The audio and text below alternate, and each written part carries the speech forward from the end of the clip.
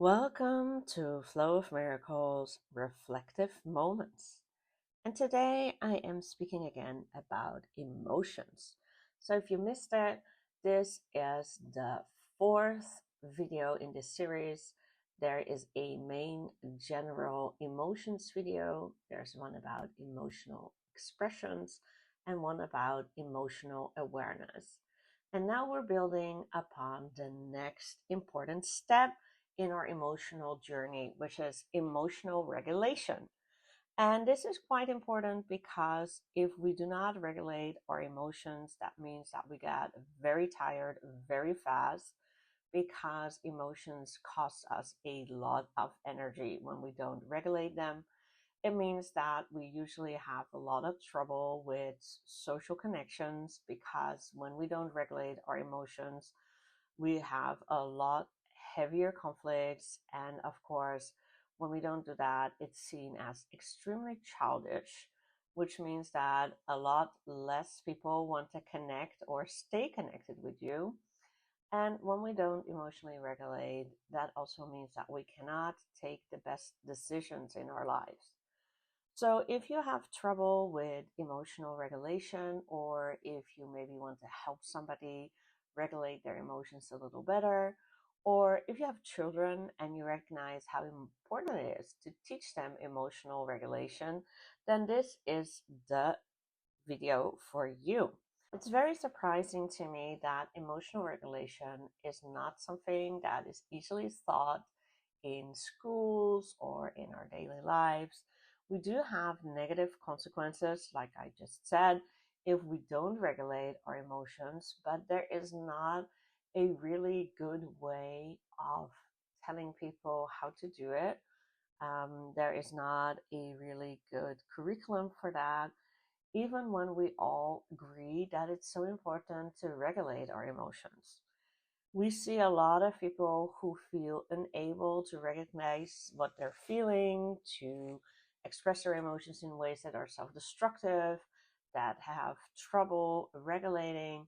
And some of them really believe that there's no way out. They will tell you, I was just stressed, I was just too angry, I was just raging, I was just too disappointed, I was just too resentful.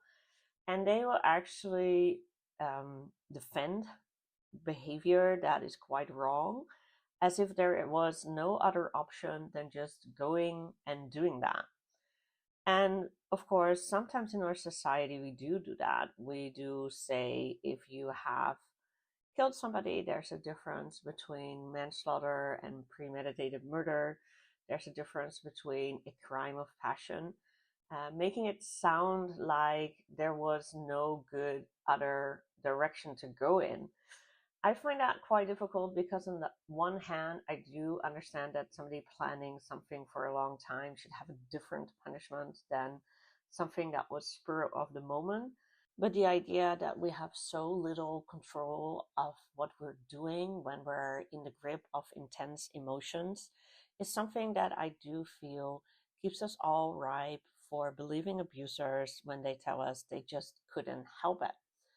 So, emotional regulation is so important, and it's sometimes so hard to figure out how to do it. So, keep on listening, and I'll talk first about how to understand that to regulate.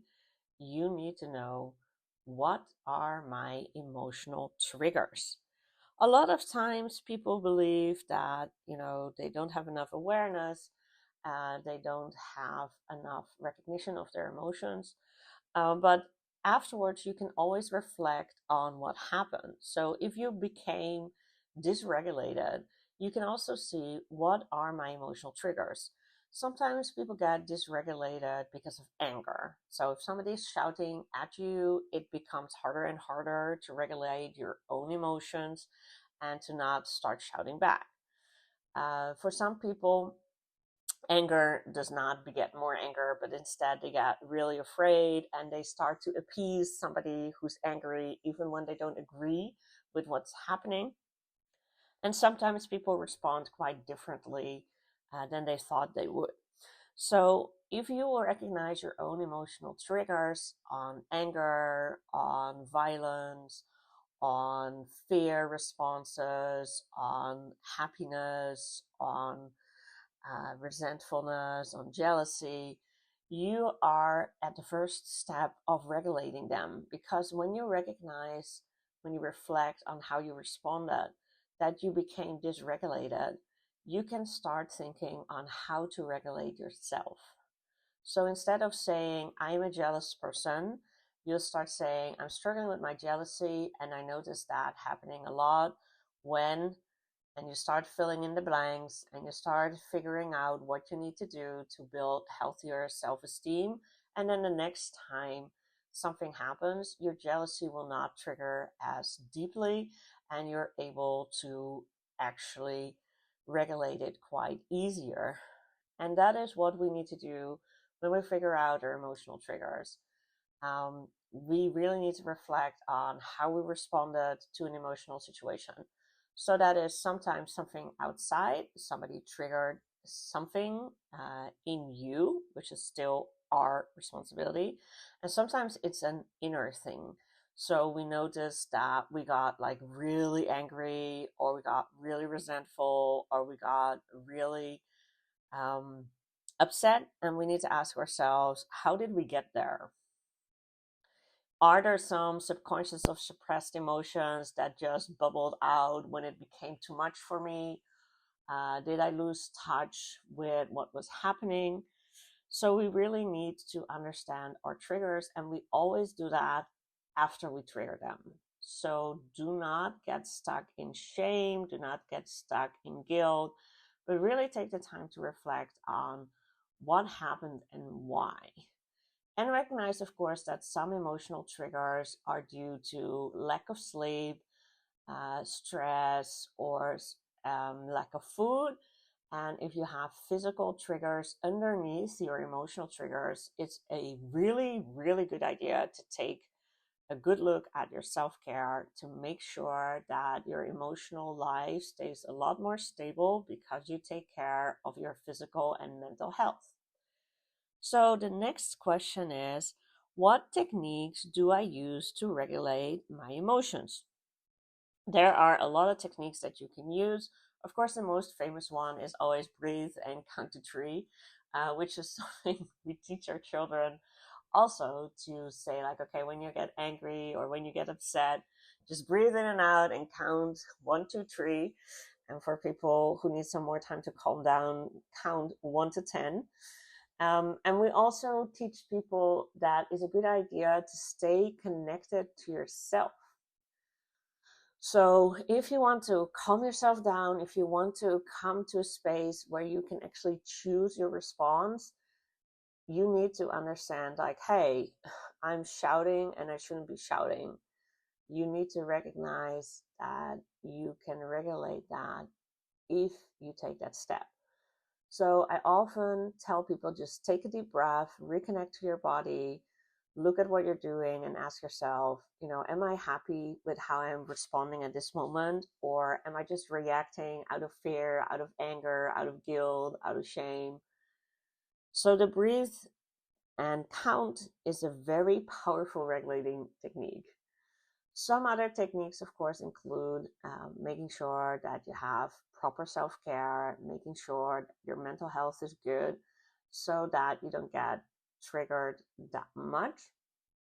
Another thing I highly recommend is doing a body scan, which I talked about before, and you can also find on the blog. That you just scan your body to see, where am I being tense? Where am I having a disconnect between what I think or feel and what is actually happening in my body? When you stay connected to your body, to your emotional life, it becomes so much easier to regulate your emotions because you know in advance, I think I'm going to have a difficult talk. I think I am going to be angry. I think I'm going to be stressed. And then understand what you need to give yourself to regulate your emotions. Of course, it also really helps to have some meditations, because when we meditate, we clear our heads, we reconnect to ourselves, And in this kind of blissful feeling, we have great clarity. So you can also understand that doing some meditation is also a good way of regulating your emotions. Another thing I highly recommend is, just taking a walk or doing something relaxing, because when we do something relaxing, often our minds will throw up something we're stressed about, something that was suppressed. And sometimes people are really annoyed with that. They tell me, like, oh, I went on a holiday and I thought I would just have an enjoyable time. But instead of that, I just kept thinking about all my worries and all my upsets and all the things I was bothered by. And they tell me that, like, they should be able to suppress all of that and enjoy. And I tell them it's the opposite. Because they are in a relaxed space, the mind gives us things that we can actually handle and deal with. And if they just dealt with that, then they would obviously be able to relax freely. So just taking a walk, sitting on a swing set, taking a holiday, giving yourself a break, taking a long shower also helps in regulating emotions, because we will be told by our minds what is going on. And last but not least, what emotional patterns do I recognize is a good question when you want to regulate. That's because most of the time, people have a good idea on how to regulate most of their emotions, but they have difficulty with a few of them. So, if you're really great with your regulation of your excitement and you don't start to babble to everybody how happy and excited you are, and you allow other people to also take a breath and join the conversation, those techniques can also be used to regulate your anger or your fear or your stress. They can be used to regulate any kind of love sickness or loneliness.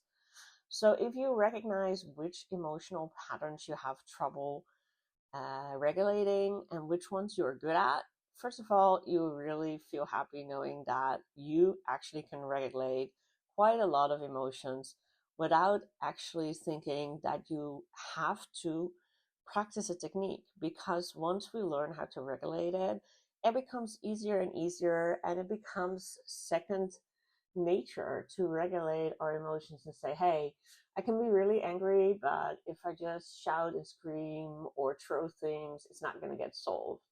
I can be really excited, but if I don't give the other person space to actually join in the conversation, my excitement does not bring them excitement. It brings them feeling overwhelmed, and actually my excitement dies then because there's no space for it to grow.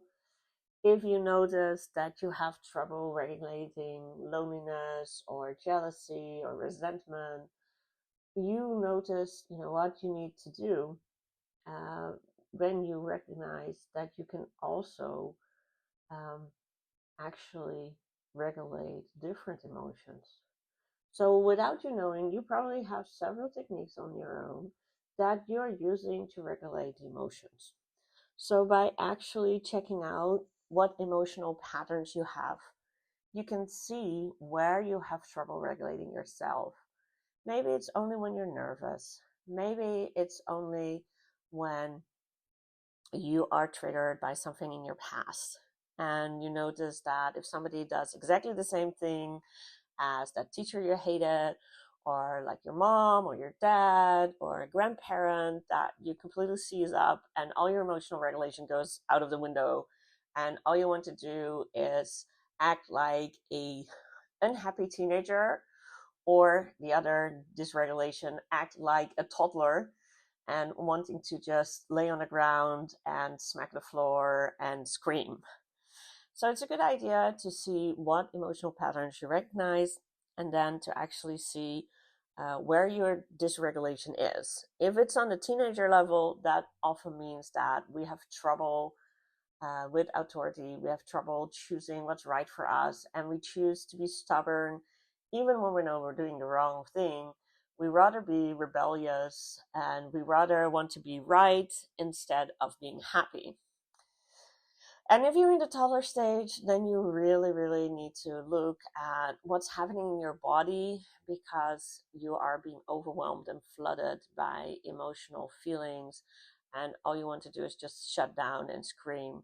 And that's just really not healthy when you're an adult. And luckily for the parents, toddlers grow up and grow out of that phase and are able to regulate a lot better. And we should definitely support them in that. But there is no space for us to support adults in that because adults really need to do their own work. So this is quite a long video, so I hope you enjoyed listening about emotional regulation. And don't forget that if you have more questions, you can comment on this video and subscribe to listen to more reflective moments.